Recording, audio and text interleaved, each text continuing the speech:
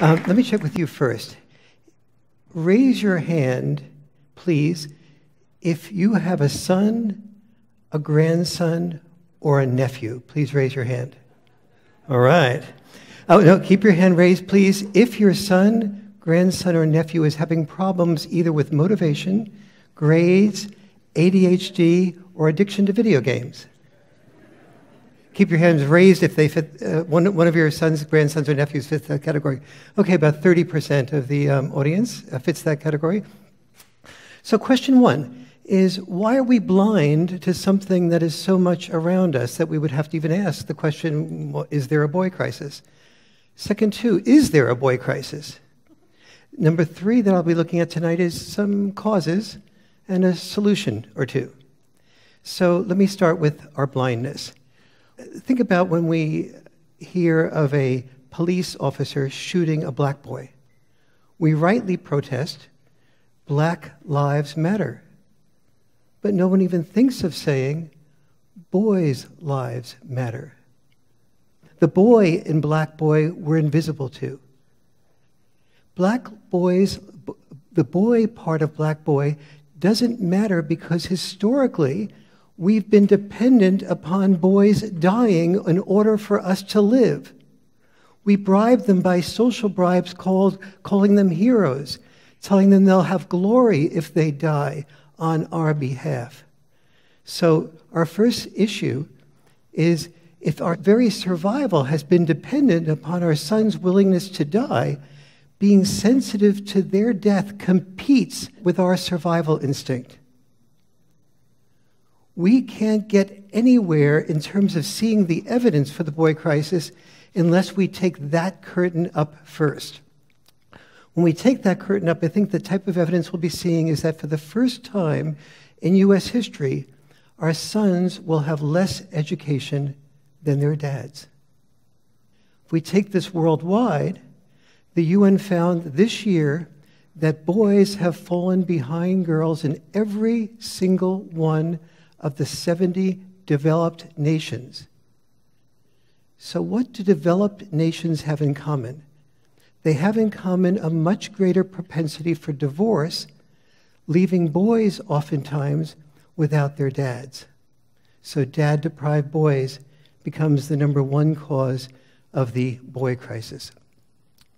When you have less father involvement, what happens is that the boy ends up, and a girl, by the way, ends up having less likelihood of being empathetic, assertive, being much more likely to do badly in every single grade area in school, being more likely to be suicidal, homicidal, to shoot up schools, and being more likely to be in prison.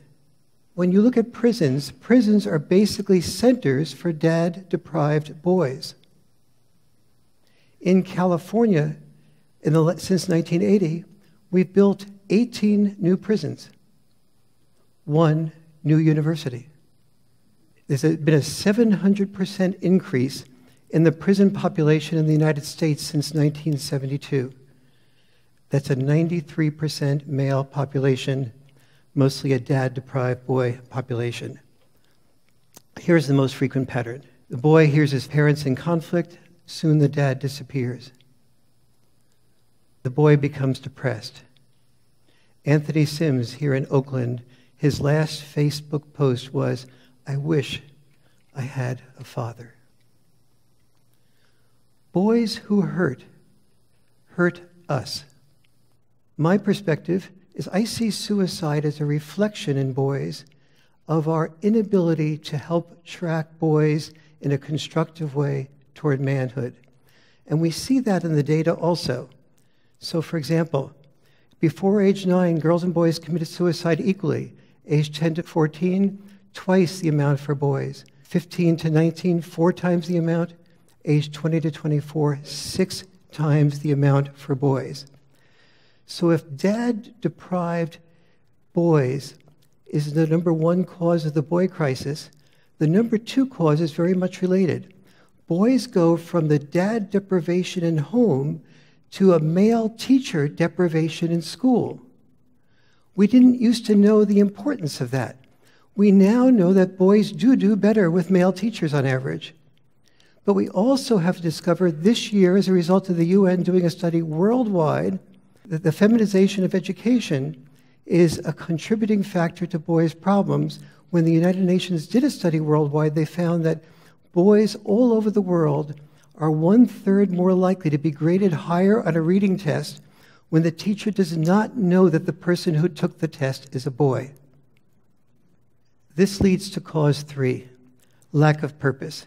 When I was a boy, we basically had two senses of purpose.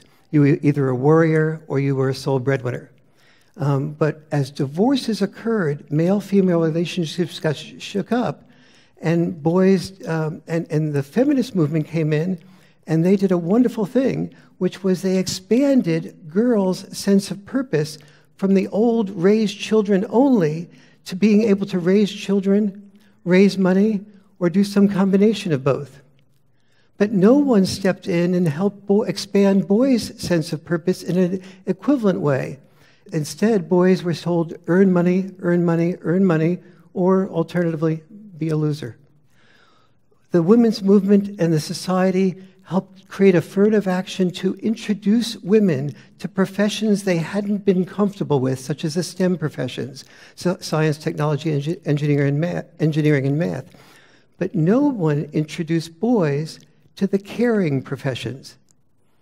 So one possible solution to the purpose void is to expand boys' sense of purpose, to consider the option of being a full-time dad, an elementary school teacher, a social worker, a nurse. We even have to say words like male nurse.